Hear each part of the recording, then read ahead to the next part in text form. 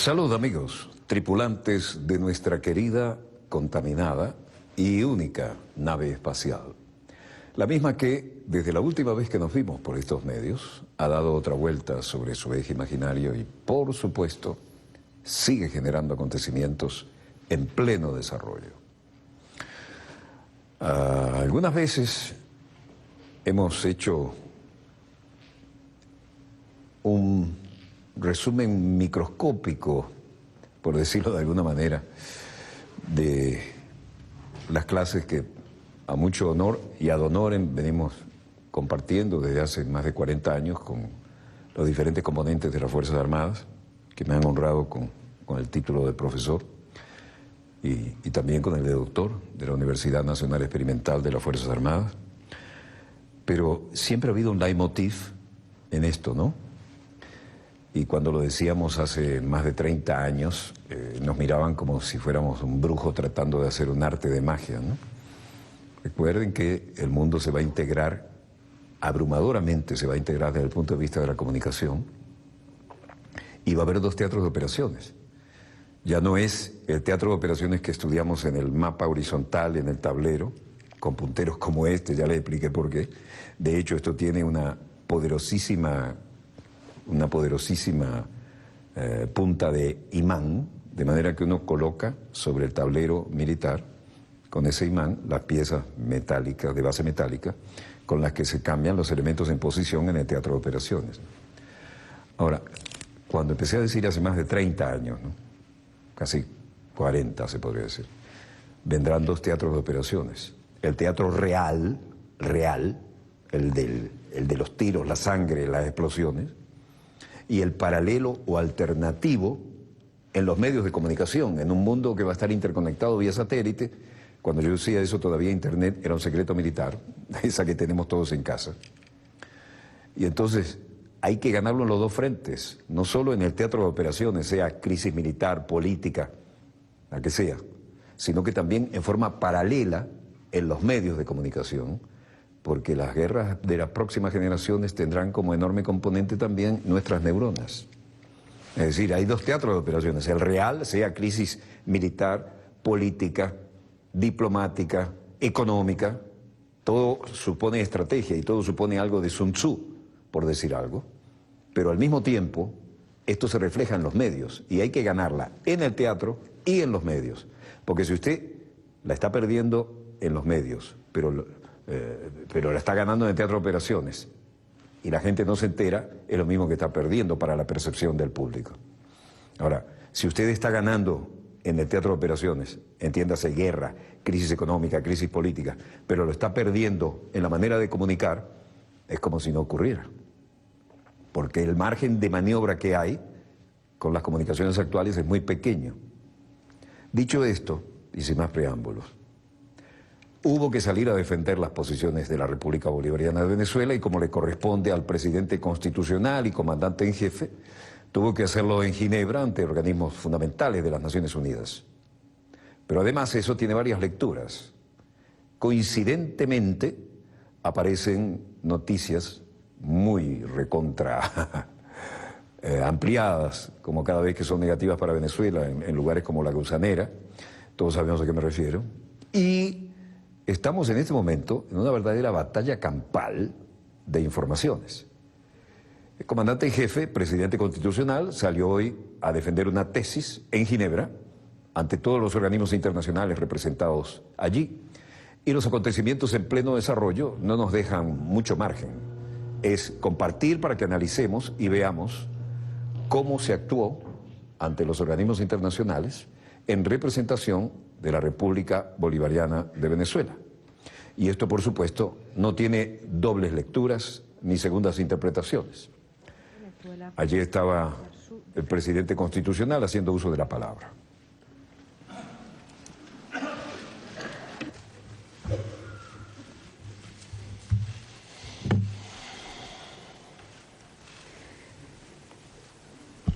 Ante todo exigió a la ONU que respete la voluntad de Venezuela de ser independiente. Señor Joachim Recker, presidente del Consejo de Derechos Humanos, altas autoridades del Consejo de Derechos Humanos, representantes honorables de los países representados en este Consejo de Derechos Humanos del Sistema de Naciones Unidas. Me alegra profundamente estar aquí nuevamente. Hace algunos años, como ministro de Relaciones Exteriores de nuestra República Bolivariana de Venezuela, me correspondió estar defendiendo la verdad de nuestra patria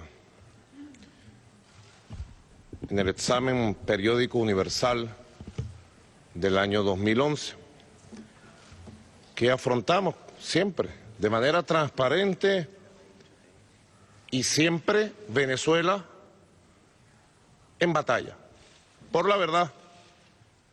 No es la primera vez que algún funcionario por allí lanza acusaciones temerarias, tomadas de las agendas de acoso mundial de la media imperial contra la patria de Simón Bolívar. Y no será la primera vez que derrumbemos las mentiras con la poderosa fuerza de la verdad que tiene nuestra patria. Muchas gracias por recibirme. Traigo la verdad de Venezuela nuevamente.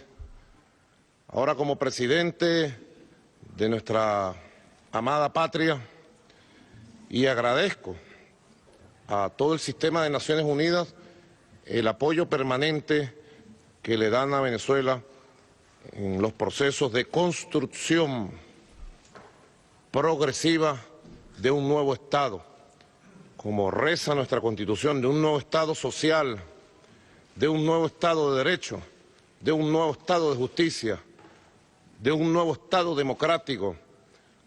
Saben ustedes los esfuerzos que hace nuestro pueblo por construir una nueva situación de igualdad, de justicia.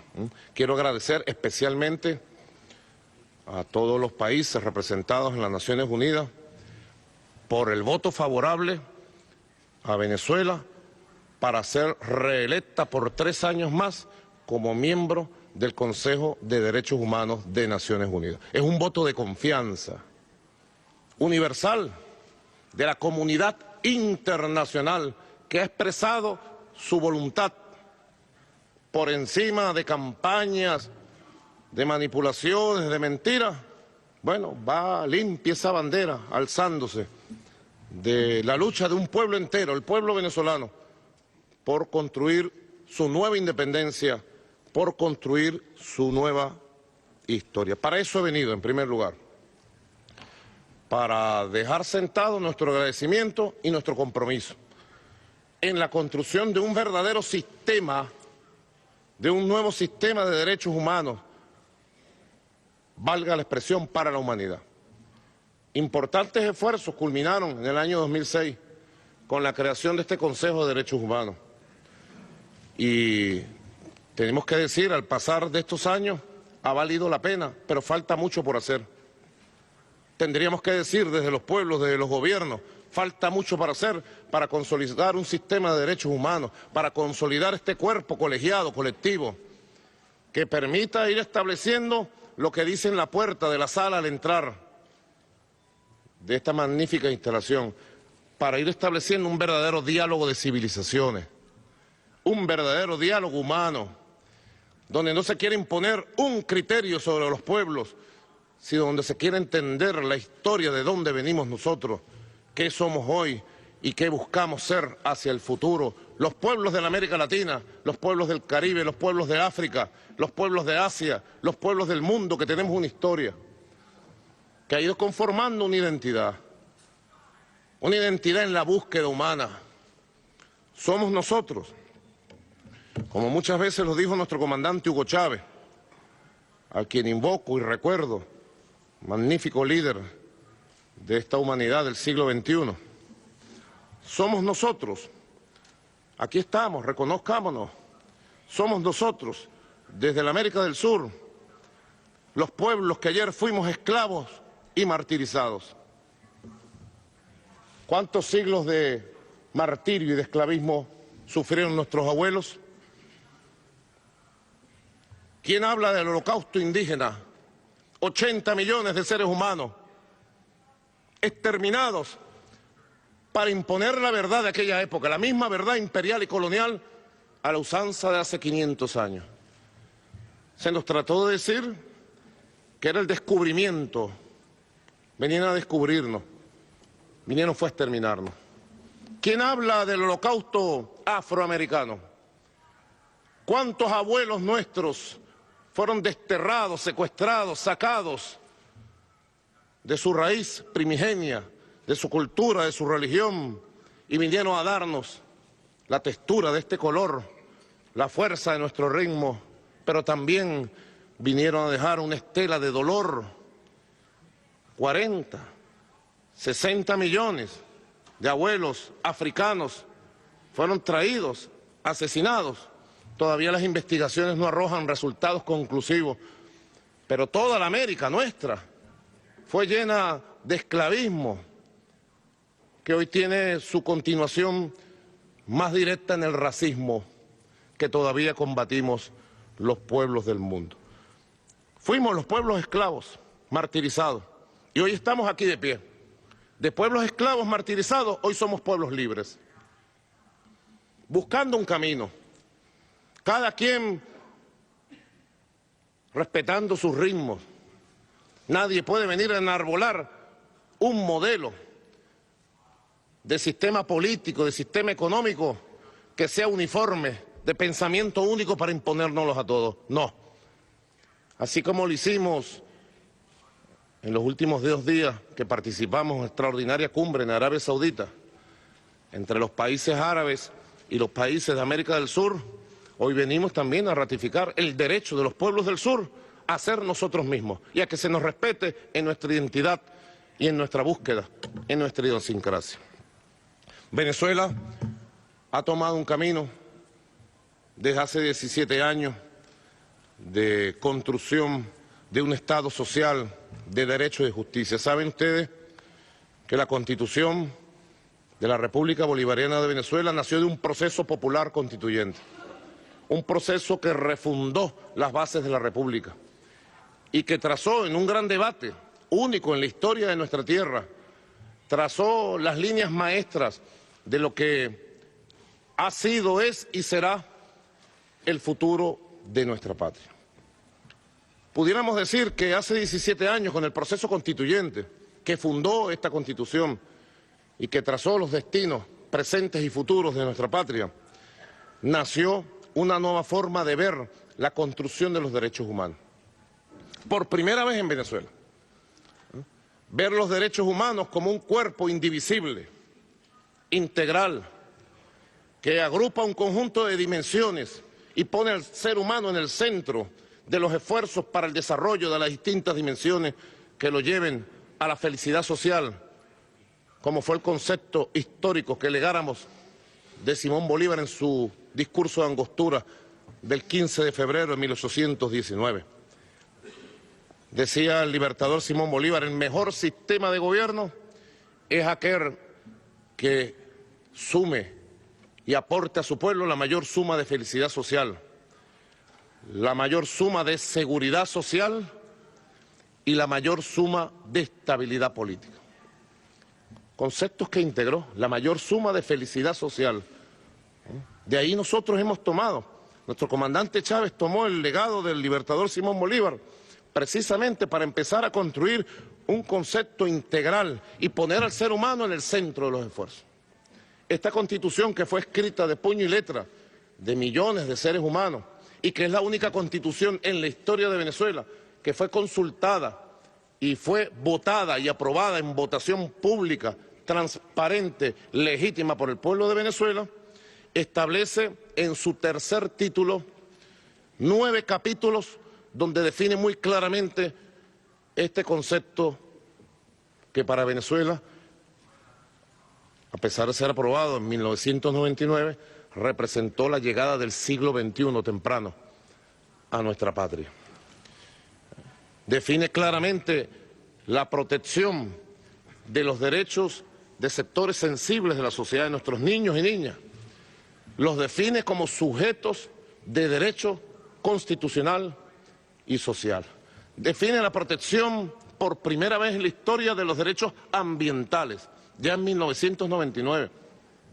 Define la protección especial de los sistemas de salud, educación pública, gratuita, de calidad, universal.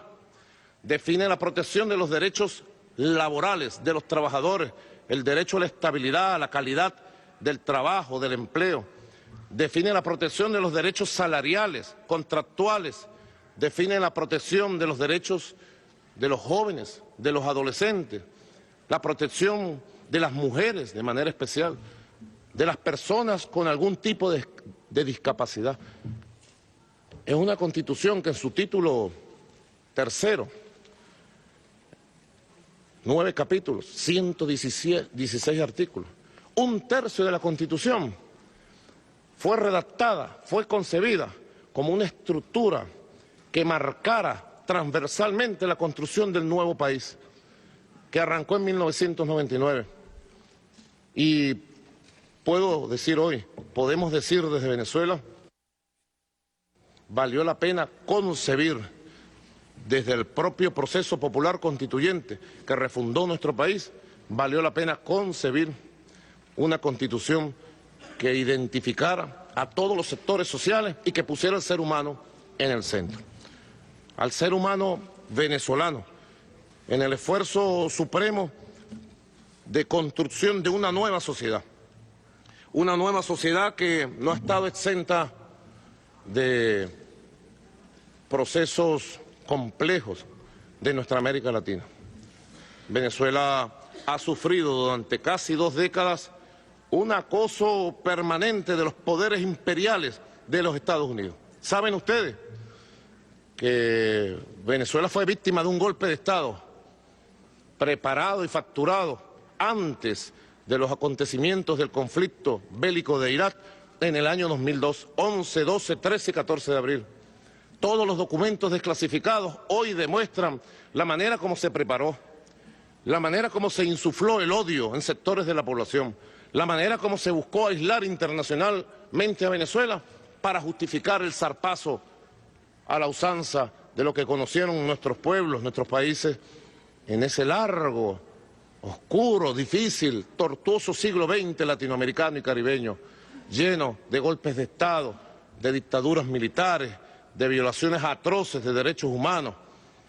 Venezuela ha enfrentado, no solamente en la primera década de este siglo XXI, hoy Venezuela enfrenta un acoso permanente y se utiliza, como lo ha denunciado nuestro embajador Jorge Valero, nuestra canciller Delcy Rodríguez, y como lo han denunciado ante el sistema de Naciones Unidas permanentemente, Venezuela enfrenta un acoso permanente y la mal utilización, la manipulación del tema de los derechos humanos mediáticamente concebidos, occidentalmente concebidos, para intentar marcar a nuestro país, para intentar aislar a nuestro país.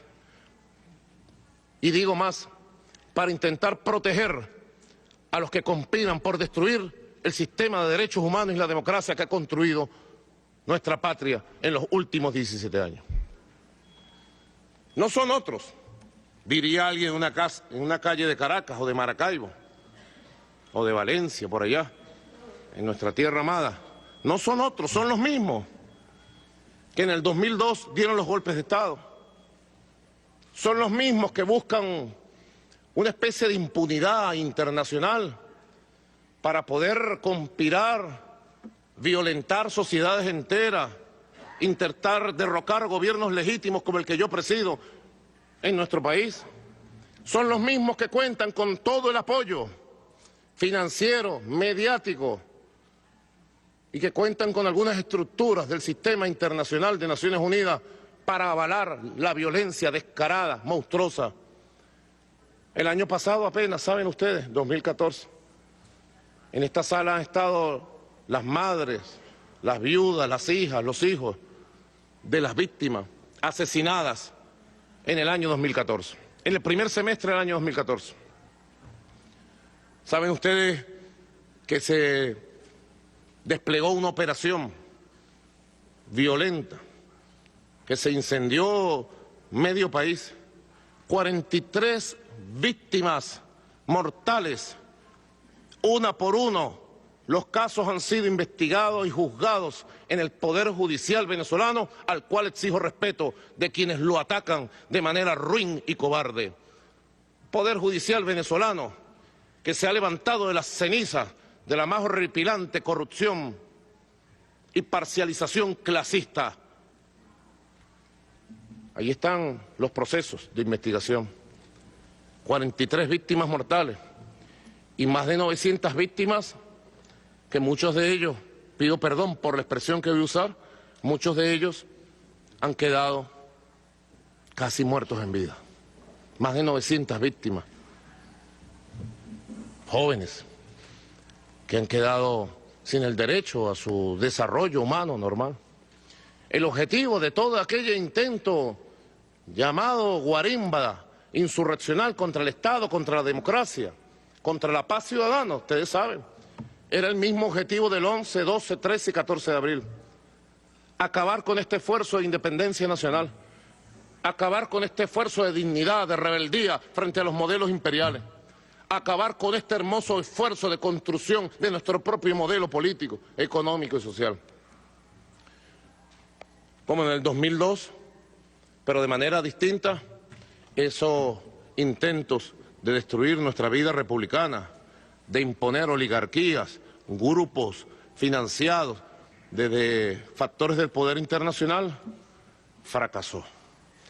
Y luego de su fracaso, los victimarios van por el mundo apoyados por los poderes fácticos, mediáticos, financieros e imperiales, vendiéndose como víctimas, cuando lo que verdad son victimarios de un pueblo y de una democracia. Venezuela viene a decir su verdad. Nuestro pueblo tiene su verdad en su corazón, porque es un pueblo de valores, es un pueblo que ama la libertad. Nosotros, nuestra generación de hombres y mujeres, no venimos de los altos salones de las élites mundiales. Cada uno de nosotros venimos de los campos de la lucha popular, de los sindicatos, de la lucha obrera, de las universidades, del magisterio.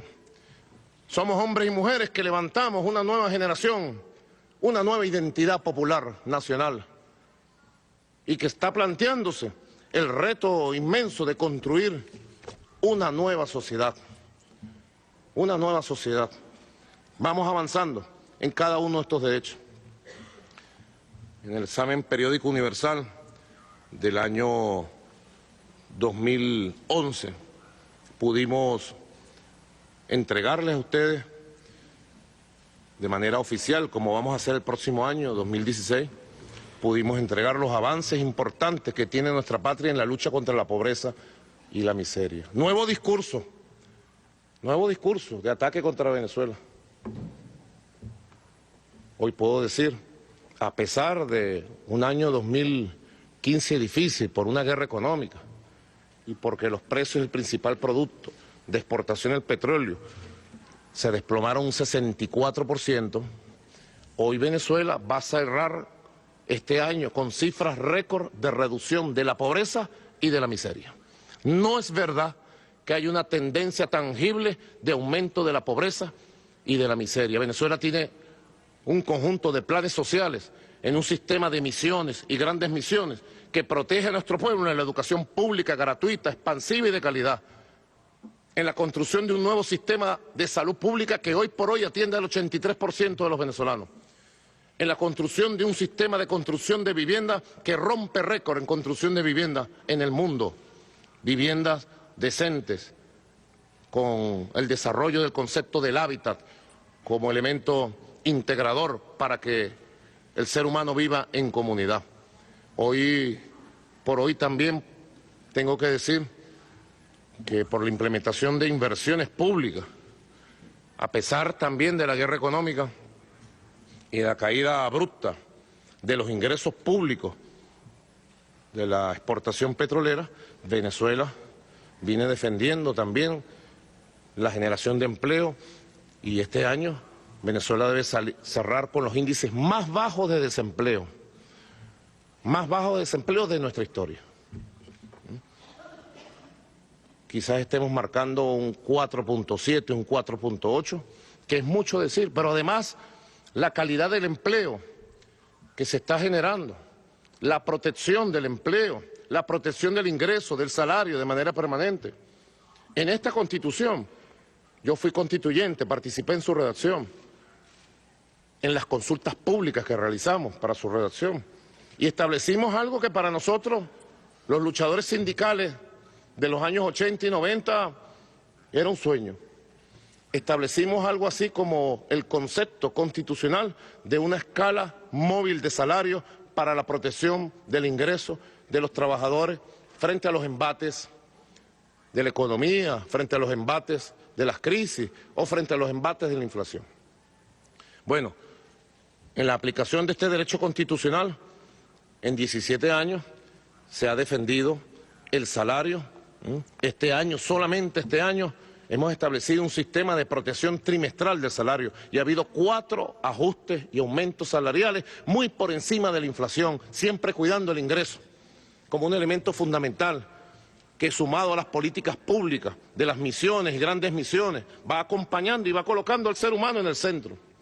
El ser humano como beneficiario de los servicios públicos de la educación, de la salud, del derecho a la alimentación, del derecho a la vivienda, del derecho al hábitat, del derecho a la cultura, de los derechos a la cultura y a la identidad, del derecho a la nacionalidad. Un conjunto de políticas públicas que hoy por hoy nos permiten ser optimistas y que han sido sometidas a distintas coyunturas. Año 2014, una coyuntura violenta en lo político, que supimos con los instrumentos de la ley y la justicia enfrentar y avanzar por encima de esas coyunturas. Un año 2015 muy complejo y difícil en lo económico, que ha puesto a prueba el modelo, para proteger, atender, extender sus brazos para la población más vulnerable. Y podemos decir que en medio de dificultades, Venezuela va saliendo victoriosa en un año 2015 complejo, donde se demuestra que el Estado social de bienestar que estamos construyendo a través de las misiones y grandes misiones es un Estado viable, útil y exitoso, desde el punto de vista de los derechos humanos y de las garantías.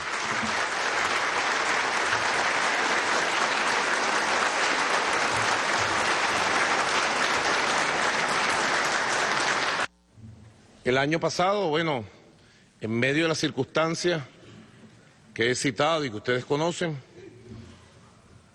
invitamos a una comisión especial de la Unión de Naciones Suramericanas a acompañarnos en los procesos de diálogo para tratar de canalizar política y pacíficamente esta situación de insurgencia de grupos extremistas contra la democracia venezolana.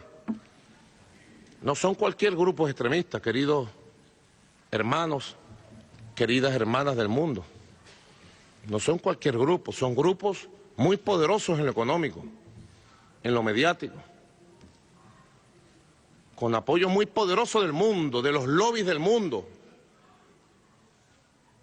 que tocan puertas, que abren puertas, que ponen funcionarios, que reciben llamadas para hacer declaraciones. El sistema de Naciones Unidas, el Consejo de Derechos Humanos, sobre todo, esta bonita experiencia que estamos construyendo entre todos, debe poner su vista en perfeccionar que estos organismos no sean mal utilizados o pervertidos como arma política contra gobiernos y procesos independentistas, como arma política para procesos no solo independentistas, sino disidentes, rebeldes, como es el proceso revolucionario de Venezuela. Así lo declaro, nosotros somos un proceso disidente de la media que nos quiere imponer una sola visión del mundo. Somos un proceso independiente y decimos, tenemos derecho a existir, existimos y tenemos derecho a la vida. Como proceso independiente, disidente, rebelde, revolucionario, Venezuela exige de pie ante este Consejo de Derechos Humanos el máximo respeto de todos los órganos que deben depender del órgano colegiado de este Consejo, que solo obedece a una voz: Naciones Unidas. ¿Y quién es Naciones Unidas? ¿Los pueblos o los burócratas y funcionarios? ¿Quién eligió a Venezuela para ser miembro del Consejo de Derechos Humanos? ¿Quién la reeligió apenas hace 4 semanas? ¿Los gobiernos legítimos que representan a Naciones Unidas o quién? He venido a agradecerle a los gobiernos porque yo estoy claro quién tiene y quién debe tener el poder definitivo en estos órganos colegiados y en este sistema que estamos ensayando de construcción de valores comunes, de mecanismos comunes para protegernos y autoprotegernos, para ayudarnos y para entreayudarnos a la construcción de una humanidad que verdaderamente se pueda llamar como tal. Por eso venimos a hacer el alerta 1, 2, 3 veces, hermanos del África, del Asia, de la América Latina, caribeño, hermanos de Europa, hermanos del mundo. Venezuela viene a hacer el alerta, a ratificar el alerta frente a la mala utilización de funcionarios que se creen con más poder que las propias Naciones Unidas y que la soberanía que reside en manos de los gobiernos legítimos. Venezuela, en este esfuerzo, yo decidí crear, por una ley orgánica, un Consejo Nacional de Derechos Humanos. Ese Consejo de Derechos Humanos de carácter nacional se ha establecido y está haciendo consultas públicas para un Plan Nacional de Derechos Humanos. Así que me satisface, señor presidente, Joaquín Ricker, presidente del Consejo de Derechos Humanos, vicepresidentes, vicepresidenta, me complace anunciarle que este Plan Nacional de Derechos Humanos, producto de una amplia consulta con todos los sectores de la sociedad, va a coincidir armónicamente con la presentación del examen periódico universal de nuestra República Bolivariana de Venezuela ante este organismo en el año 2016. Aquí está el presidente de ese Consejo Nacional de Derechos Humanos. Apenas desde su instalación este año ya ha logrado consultar a todos los sectores de la llamada sociedad civil, a todos los sectores políticos, sociales, movimientos sociales, académicos, ¿no? Más de 200.000 propuestas han llegado y estoy seguro que ese Plan Nacional de Derechos Humanos va a lograr algo que para nosotros es muy importante, que es la armonización del concepto constitucional de derechos humanos con la experiencia adquirida del sistema universal, del sistema internacional que está aquí representado el Consejo de Derechos Humanos. Fue la respuesta, pudiéramos decir estructural, que dimos a la insurrección 2014. Crear un Consejo Nacional de Derechos Humanos que fuera la búsqueda de la verdad de un país que quiere paz. Venezuela es un país que está dispuesta a hacer todos los sacrificios, está dispuesta a enfrentar todas las luchas. Y lo digo desde el corazón del alma de un pueblo noble, que es el venezolano, para defender su derecho a la paz, a la estabilidad política. El próximo 6 de diciembre, ¿saben ustedes? Venezuela tiene elecciones nuevamente, basado en el sistema garantista de derechos civiles y políticos de la Constitución bolivariana. Venezuela en 17 años ha hecho 19 elecciones. Hemos hecho 5 referendos consultivos, incluyendo el primer referéndum consultivo revocatorio para un presidente en la historia de la humanidad. El 15 de agosto del 2004, por solicitud de firmas populares, se hizo el primer referéndum consultivo para preguntarle al pueblo si querían que el comandante Chávez continuara como presidente, sí o no. Y el pueblo de manera soberana, un 60% le dijo, comandante Chávez continúa como presidente. 5 referéndums hemos hecho.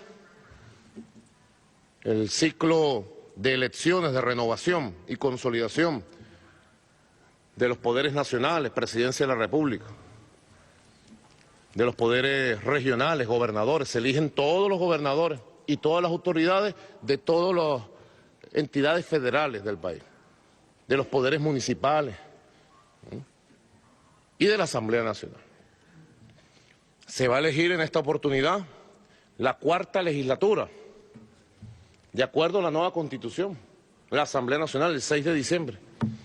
Están cordialmente invitados todos los representantes de gobiernos, organismos que quieran participar en esta fiesta de la paz, de la democracia del 6 de diciembre en Venezuela. Venezuela ha constituido un sistema electoral de alto nivel de tecnificación.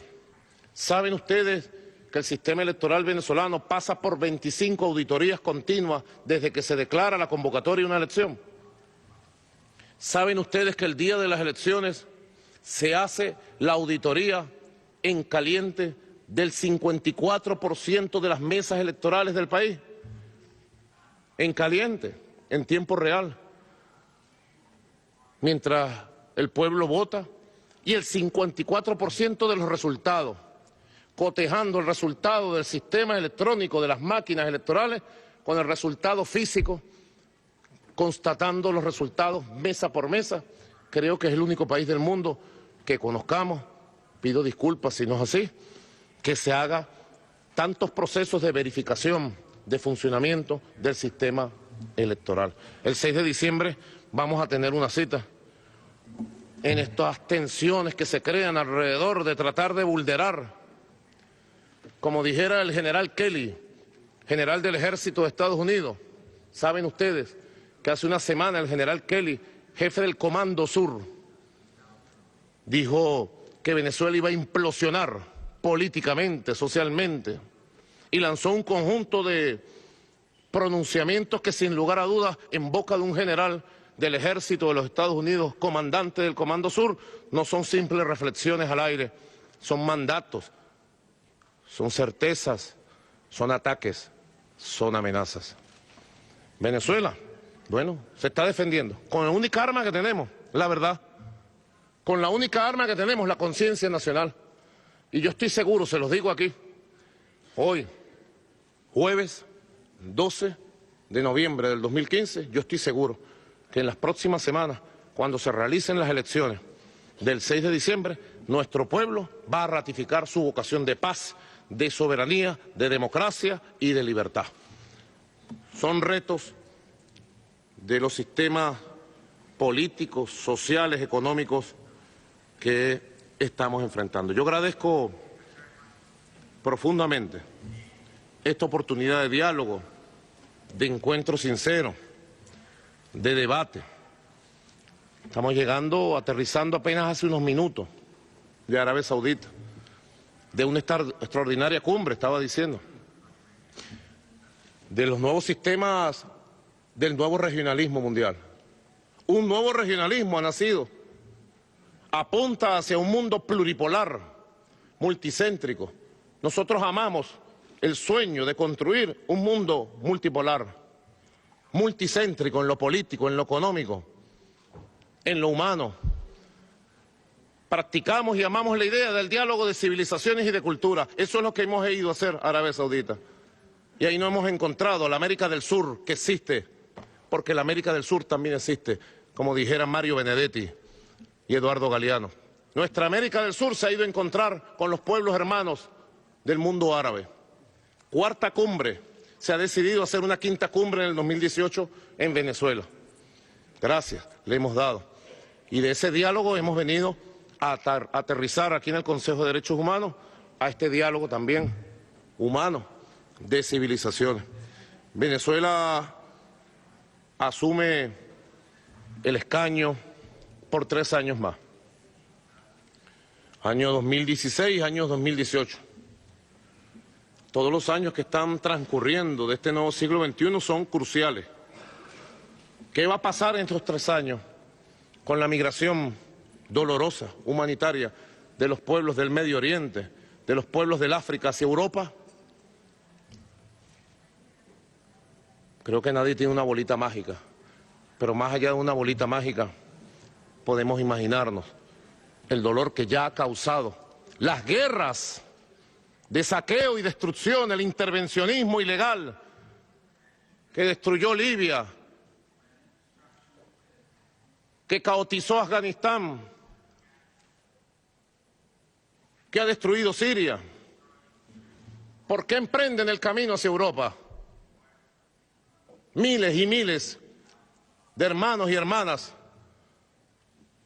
del África y del Asia y del Medio Oriente, buscando salir del desierto, buscando un oasis de paz, de estabilidad, de tranquilidad. ¿Qué pasará en los próximos 3 años? Venezuela viene a poner su voz y su esfuerzo para resolver la crisis humanitaria que está aquejando a nuestros hermanos pueblos y que está afectando a toda Europa. Lo ponemos como elemento número 1 en nuestra agenda y en la agenda que proponemos compartida. Atender a los miles y miles de migrantes, protegerlos. No puede ser que esté ocurriendo en el Mediterráneo lo que está ocurriendo. ¿Qué dirá el alto comisionado de derechos humanos sobre lo que sucede en el Mediterráneo y la muerte de miles y de miles y de miles? ¿Será que ha ido al Mediterráneo a atenderlo?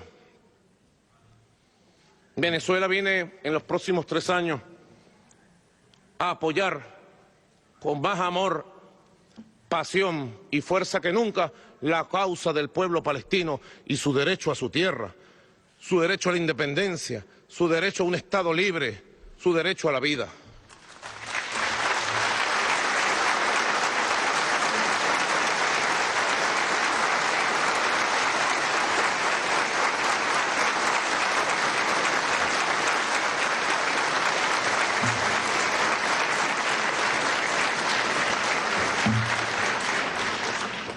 Por eso le damos gracias a la comunidad internacional por habernos dado su voto de confianza en la Asamblea General de Naciones Unidas, porque venimos a defender las causas más justas que están en el centro de la humanidad y que deben unirnos a todos, porque detrás de esos eventos, detrás de estas circunstancias dolorosas de la migración hacia Europa, de la guerra, detrás de la causa palestina, están las mismas razones que la crearon. El respeto al derecho a la vida de los pueblos, la imposición de los modelos a través de la guerra, el intento de imponerse hegemónicamente como potencias dominantes por encima de la voluntad de los pueblos, que ayer fuimos esclavos y ayer fuimos colonia y hoy queremos ser pueblos libres, hombres y mujeres libres. Es la misma causa para toda la creación de los conflictos. Así que Venezuela viene a ratificar su voz. Excelentísimo señor presidente, vicepresidente, su voz y su compromiso en esta batalla tremenda. Venezuela el próximo año asume, como ustedes saben, la presidencia del Movimiento de Países No Alineados, que agrupa a 120 países de nuestro sistema de Naciones Unidas, y desde el Consejo de Derechos Humanos queremos aportar de manera humilde pero apasionada en la presidencia del Movimiento de Países No Alineados todo el proceso que nos lleve al perfeccionamiento de este sistema que ha nacido como un ensayo. Si pudiéramos decir un ensayo feliz o infeliz, creo que es un ensayo feliz, porque ha sentado las bases este Consejo de Derechos Humanos de elementos claves que rectifican los errores que llevaron a la decadencia de los mecanismos que existieron para vigilar, garantizar y proteger los derechos humanos en el pasado a nivel de Naciones Unidas. Buen ejemplo, siempre lo colocamos, buen ejemplo de cómo es posible renovar, cómo es posible hacer cambios que se sintonicen con el deseo mayoritario de la humanidad. Sucedió en el 2006 y nosotros aportamos todo nuestro optimismo para que este Consejo de Derechos Humanos como experimento del sistema de Naciones Unidas siga transitando sus caminos para consolidarse, para perfeccionarse, para rectificar errores, para poner estos micrófonos al servicio de quienes tienen que estar, al servicio de la verdad de nuestros pueblos, de la legítima verdad de los pueblos del mundo, que son los que tienen que hablar en este Consejo de Derechos Humanos. Quiero agradecer, señor presidente, esta inmensa oportunidad que hemos tenido para traer la verdad de Venezuela y para seguir contribuyendo en este poderoso diálogo humano, en este diálogo de civilizaciones, para construir un verdadero sistema de derechos humanos que nos apoye, nos ayude y nos proteja a todos. Muchas gracias a todos. Muchas gracias a todos.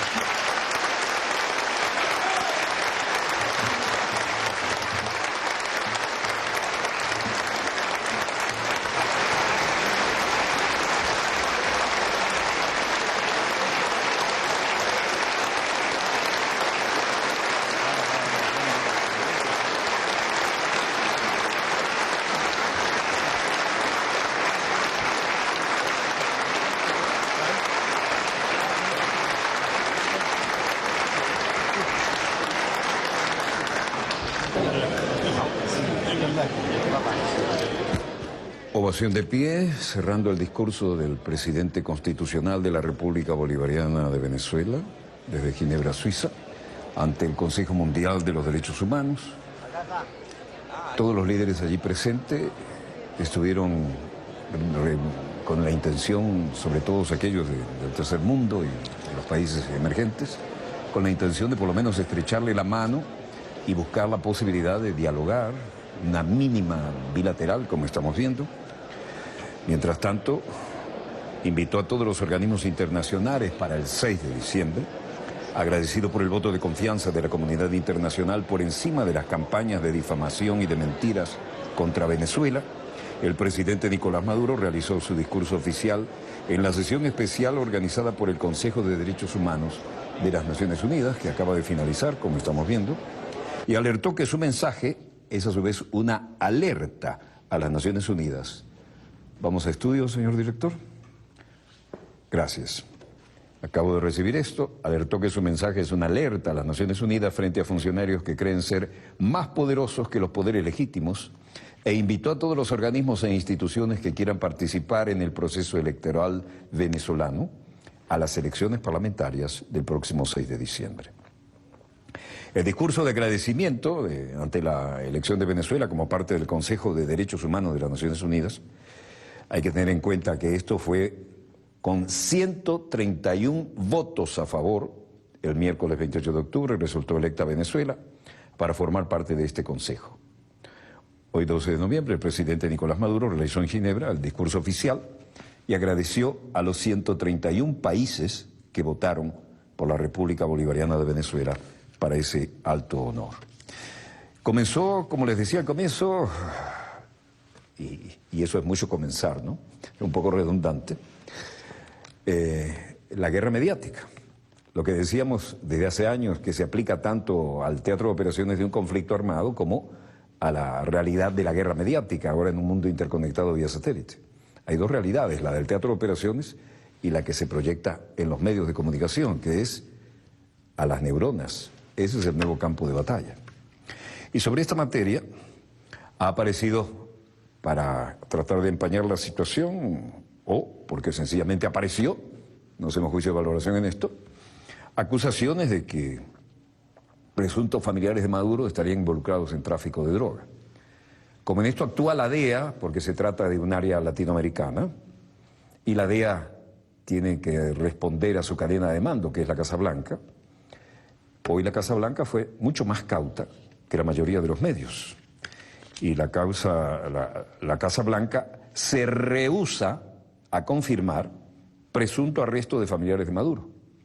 Dice que hay arresto, pero no, hasta este momento, se rehúsan a confirmar que esa sea esta tremenda noticia que está ahí funcionando en algunos medios y que pretenderían enlodar un poco este brillante momento donde Venezuela aparece con 131 países del mundo diciéndole sí, te queremos aquí, sí, en el Consejo de los Derechos Humanos, sí, es un ejemplo a seguir. Qué casualidad que esto aparezca ahora, ¿no? Pero vayamos directamente a la Casa Blanca. ¿Qué decía hoy el vocero, Joshua, o Josh, como le dicen los amigos, en referencia a esta situación bastante vidriosa, por lo cierto? Veamos los acontecimientos en pleno desarrollo. La sala de prensa repleta, lástima que no está Helen Thomas, y allí la Casa Blanca se rehúsa a confirmar el presunto arresto de familiares de Maduro.